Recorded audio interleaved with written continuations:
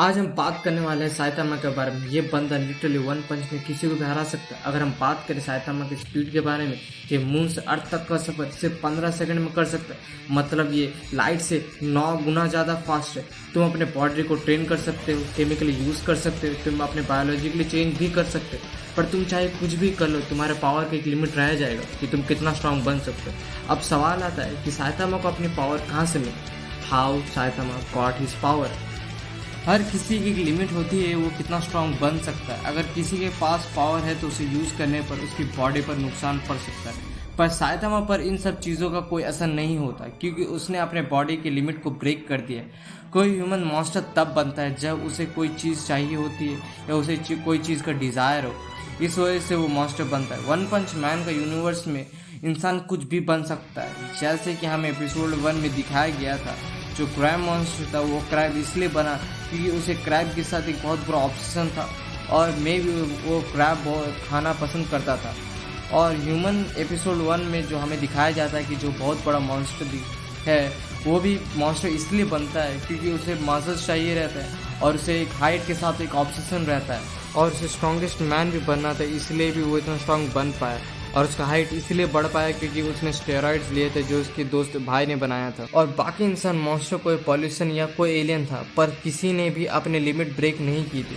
अब सवाल आता है साइतामा ने ही अपनी लिमिट ब्रेक क्यों की थी। बाकी सुपर हीरोज भी तो लिमिट ब्रेक कर सकते थे ना, नॉर्मल इंसान भी तो कर सकते थे। इसका सिंपल आंसर होगा सुपर हीरोज थे, उनकी पावर्स पैदा होने के साथ आई थी और उनके पास पहले से ही पोटेंशियल थी कि वो स्ट्रांग बन सकते थे। एग्जाम्पल सारे S class heroes except king, क्योंकि वो पहले से ही बहुत स्ट्रांग था।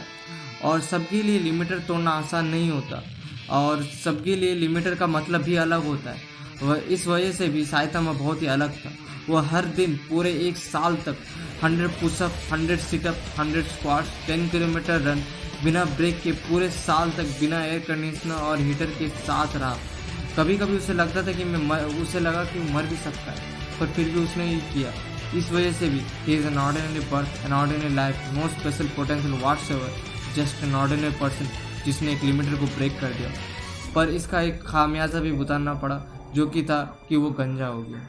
पता चल गया है कि साइतामा को अपनी पावर कैसे मिली। अब सवाल आता है साइतामा स्ट्रांग है तो कितना स्ट्रांग है। वन पंच मैन के ऑथर वो कोई रेगुलर शोनेन नहीं बनाना चाहते थे जहां मेन कैरेक्टर पहले वीक रहता है फिर सीरीज के एंड तक वो स्ट्रांग बन जाता है, जैसे कि नारुतो, हंटर एक्स हंटर और ब्लीच, जहां मेन कैरेक्टर को ट्रेनिंग करना पड़ता है, जैसे नारुतो में सेज मोड के लिए या ब्लीच में बांकाई के लिए। वन पंच मैन का ऑथर चाहते थे कि वो अपने पहले से ही अपने मैक्सिमम स्ट्रेंथ में रहे, जहां नॉर्मल सोनेन सीरीज के मेन कैरेक्टर में एंड में स्ट्रांग बनता है। इससे हमें पता चलता है कि साइतामा और स्ट्रांग नहीं बन सकता, वो पहले से ही अपने मैक्सिमम पोटेंशियल में है।